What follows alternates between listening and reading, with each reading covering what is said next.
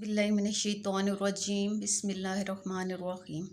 अज़ीज़ तलबा अस्सलामु अलैकुम। उम्मीद है आप सब लोग खैरियत से होंगे। अल्लाह पाक आपको ज़िंदगी के हर मैदान में कामयाब करे और आपको अपने घरों में खुश और आबाद रखे, आमीन। हमने पिछली वीडियो में जो आपके सिलेबस की गज़ल नंबर 4 है, जिसकी शायरा परवीन फ़नाज़ सैयद हैं, काश तूफ़ान में सफ़ीने को उतारा होता, उसकी तशरीह की थी। उम्मीद है आप लोगों को पसंद भी आई होगी और समझ भी आ गई होगी।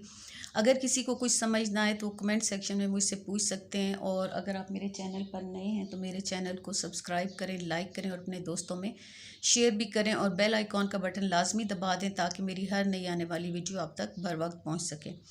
तो ये जो गज़ल है, काश तूफ़ान में सफ़ीने को उतारा होता, जिसकी शायरा जो हैं परवीन फ़नाज़ सैयद हैं, जो ख़वातीन शोरा में मुनफरिद अपनी हैसियत रखती हैं। उनकी शायरी जो है इत्तेदाल, इंसान दोस्ती, हुस्न व जमाल और एतमाद की शायरी है। लुत्फ़ की बात यह है कि किसी भी मरहले पर उनके किसी भी शेर ने गज़ल की लताफ़त और नज़ाकत को कम नहीं किया। अब जो है आपके पेपर में जो है एक जो पोर्शन होता है हिस्सा शेर, उसमें शेर दिए जाते हैं नज़्म और गज़ल वाले हिस्से में से, और नीचे सवालात दिए जाते हैं जिनके जवाबात आपने लिखने होते हैं। वो शेर ऊपर दिए होते हैं और नीचे आप लोगों को सवालात दिए होते हैं जिसकी मदद से आपने जवाब लिखना होता है।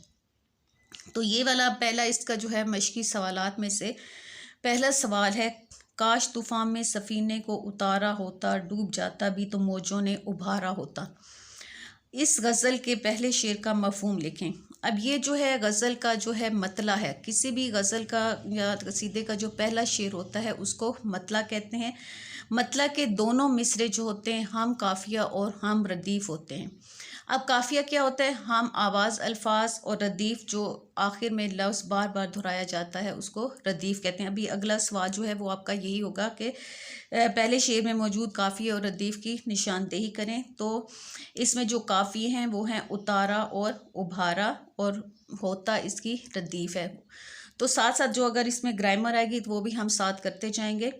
तो जो है क्वेश्चन के जो सवालात के जवाबात होते हैं ये लिखने इतने मुश्किल नहीं होते। अगर आपको तशरीह आती होती है, तशरीह आपको समझ में आ जाती है, तो सवालात के जवाबात आप खुद से भी लिख सकते हैं।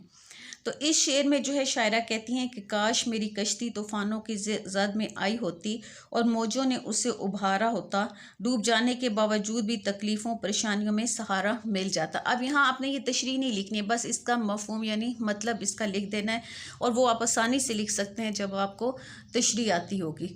सवाल नंबर 2 है, पहले शेर में मौजूद काफ़िया और रदीफ़ की निशानदेही करें। जैसा कि अभी मैंने आपको बताया है कि काफ़िया क्या होते हैं? हम आवाज़ अल्फाज, और रदीफ़ क्या होता है? जो हर शेर में के दूसरे में, पहले मतलब में तो दोनों मिसरों में होता है, और बाकी जो मिसरे होते हैं उनके दूसरे मिसरे में जो होता है वो रदीफ़ होता है।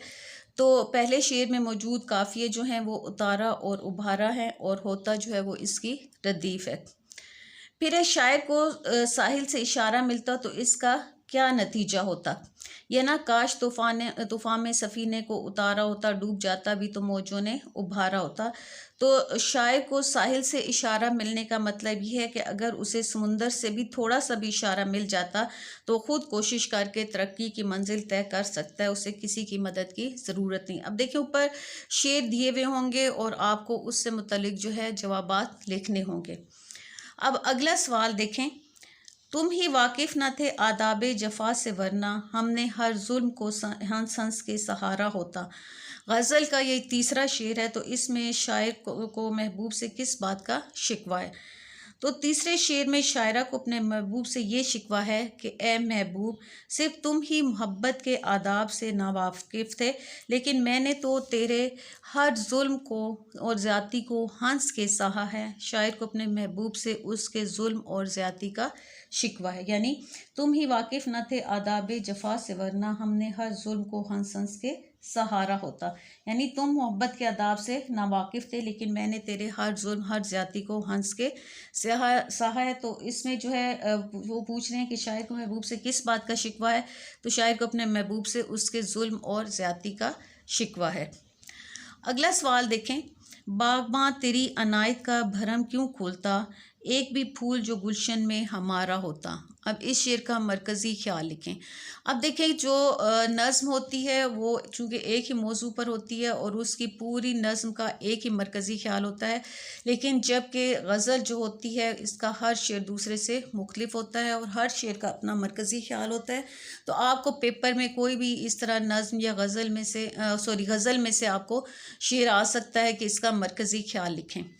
तो इसका है कि शायर शेर में अपने मालिक व खालिक से गिला करते हुए कहता है कि तेरी अनायत व बख्शिश तब थी कि तू इस बड़े गुलिस्तान यानी अपने वसी ख़जाने से कुछ हिस्सा मेरे लिए भी कर देता, लेकिन अब अगरचे इस तरह नहीं है तो मैं तेरी अनायत का भरम क्यों रखूं, मैं क्यों तेरी करम नवाजियों का राज अफशा करूं।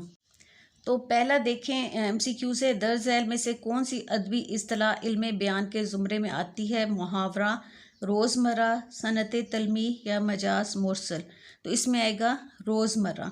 फिर एक कवायद की रूह से छुपी हुई बात या पोशीदा बात करना को क्या कहेंगे? कनाया, मजाज मुरसल, तशबीह, इस्तारा।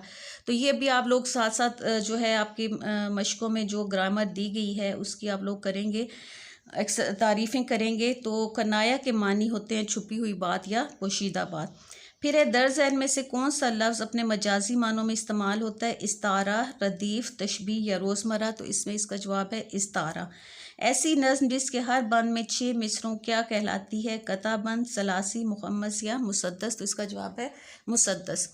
तो ये थे आपके एमसीक्यूज़ और सवालात के जवाबात। उम्मीद है आप लोगों को समझ आ गए होंगे। अगर किसी ये आपका जो दिए गए थे 2 और 3 अशार दिए गए थे, उसके हमने सवालात के जवाबात देखे हैं। ये देखें, ये आपका सवाल नंबर 2 था कि अशार को पढ़ कर दिए गए सवालात के जवाबात दें।